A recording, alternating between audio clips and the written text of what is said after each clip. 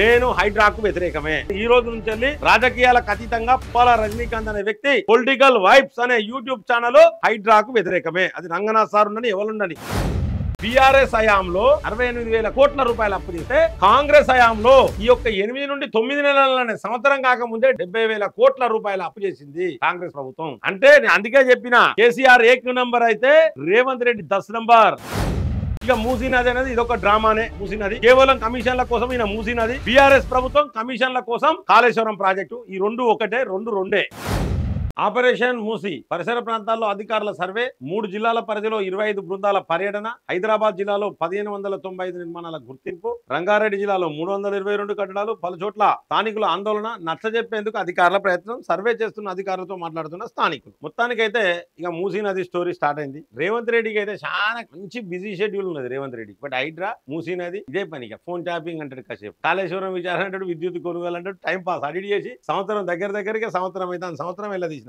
Police బందోబస్తు మధ్య survey చేస్తున్న అధికారులు. ఎందుకు మరి పోలీస్ బందోబస్తు ఎందుకు? మంచి పనే చేస్తా అంటారు మీరు. ఆపరేషన్ మూసీ పరిసర ప్రాంతాల్లో అధికారుల సర్వే, 3 జిల్లాల పరిధిలో 25 బృందాల పర్యటన, హైదరాబాద్ జిల్లాలో 1595 నిర్మాణాల గుర్తింపు, రంగారెడ్డి జిల్లాలో 322, పలు చోట్ల స్థానికుల ఆందోళన, నచ్చజెప్పేందుకు అధికారుల ప్రయత్నం. మరి ఎందుకు స్థానికులు ఎందుకు ఆందోళన చెందుతారు అనేది ఫస్ట్ సమస్య.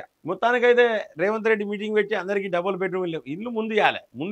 ముందు కనుక ఇల్లు ఇవ్వకపోతే ఎవరు ఖాళీ చేయకండి. నేనే చెప్తాను క్లియర్. జిహెచ్ఎంసీ పరిధిలో మూసీ సుందరీకరణలో భాగంగా నిర్వాసితుల గుర్తింపు సర్వే ఆందోళనకు దారితీస్తుంది. పలు చోట్ల సర్వే కోసం వచ్చిన అధికారులను స్థానికులు అడ్డుకున్నారు, వారితో వాగ్వాదానికి దిగారు, పేదల కడుపు కొట్టద్దని వేడుకున్నారు. అయినా పోలీస్ బందోబస్తు మధ్య అధికారులు ముందుకు సాగడంతో ఆందోళనకు దారితీసింది. ఈ సందర్భంగా బాధితులు ప్రభుత్వానికి వ్యతిరేకంగా నినాదాలు చేశారు. మూసీ ప్రక్షాళనలో భాగంగా ఆక్రమణలను గుర్తించేందుకు అధికారులు గురువారం క్షేత్రస్థాయిలో పర్యటించారు. అధికారులు బృందాలుగా ఏర్పడి గోల్కొండ, ఇబ్రహీం బాగ్, లంగారౌస్ డిఫెన్స్ కాలనీ, పాతబస్తీ, చాదర్ఘాట్, శంకర్ నగర్, అంబర్పేట్, ముసారాం బాగ్, కొత్తపేట, మారుతి నగర్, సత్యానగర్, ఫణిగిరి కాలనీ, ఇందిరానగర్, గణేష్ పురి తదితర ప్రాంతాల్లో సర్వే చేసేందుకు వచ్చారు. అధికారుల రాక గురించి ముందుగానే సమాచారం అందడంతో బస్తీలలో మూసీ నిర్వాసితులు వందల సంఖ్యలో గుమిగుడి సర్వేకు సహకరించకుండా అడ్డుకోవడంతో ఉద్రిక్తత నెలకొంది. నిర్మాణాలకు అనుమతినిచ్చి ఇప్పుడు కూల్చివేస్తామంటే ఊరుకోబోమని వారు హెచ్చరించారు. సుమారు 3 దశాబ్దాలకు పైగా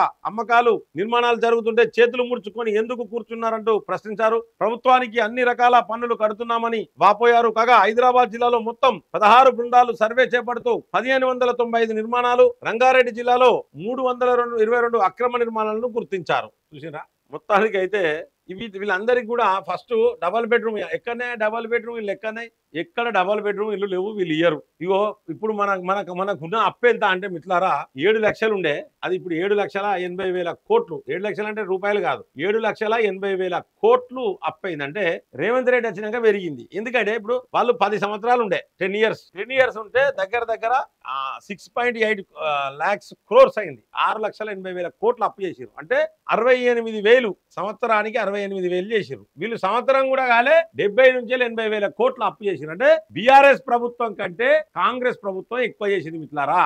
బీఆర్ఎస్ హయాంలో క్లియర్ గా నేను చెప్తున్నా, మీరు చూడండి మిత్రులారా. బీఆర్ఎస్ హయాంలో 68,000 కోట్ల రూపాయలు అప్పు చేస్తే కాంగ్రెస్ హయాంలో ఈ యొక్క 8 నుండి 9 నెలలనే సంవత్సరం కాకముందే 70,000 కోట్ల రూపాయల అప్పు చేసింది కాంగ్రెస్ ప్రభుత్వం.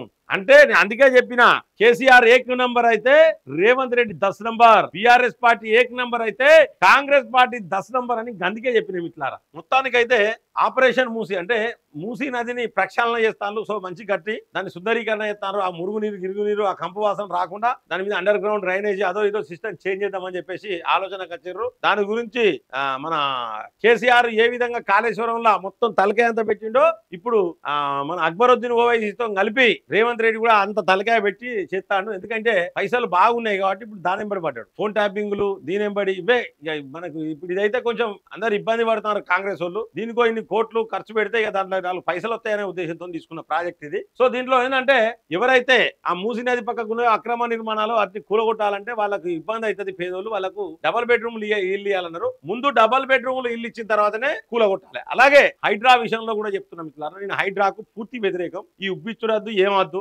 ప్రజలు ఏమనుకుంటారో తువను ఉమ్మేసినా పర్లేదు నా ముఖం మీద, కానీ నేను చెప్పాలనుకున్న నిజం చెప్తా ఉన్నాను. నేను హైడ్రాకు వ్యతిరేకమే. ఈ రోజు నుంచి వెళ్ళి రాజకీయాలకు అతీతంగా పుప్పాల రజనీకాంత్ అనే వ్యక్తి పొలిటికల్ వైబ్స్ అనే యూట్యూబ్ ఛానల్ హైడ్రాకు వ్యతిరేకమే. అది రంగనాథ్ సార్ ఉండని ఎవరుండని హైడ్రాకు వ్యతిరేకమే. పేదోళ్ల ఇల్లు ఎప్పుడైతే కూల్చివేతలు స్టార్ట్ చేసిర్రో అప్పటి నుండి నేను హైడ్రాకు వ్యతిరేకము.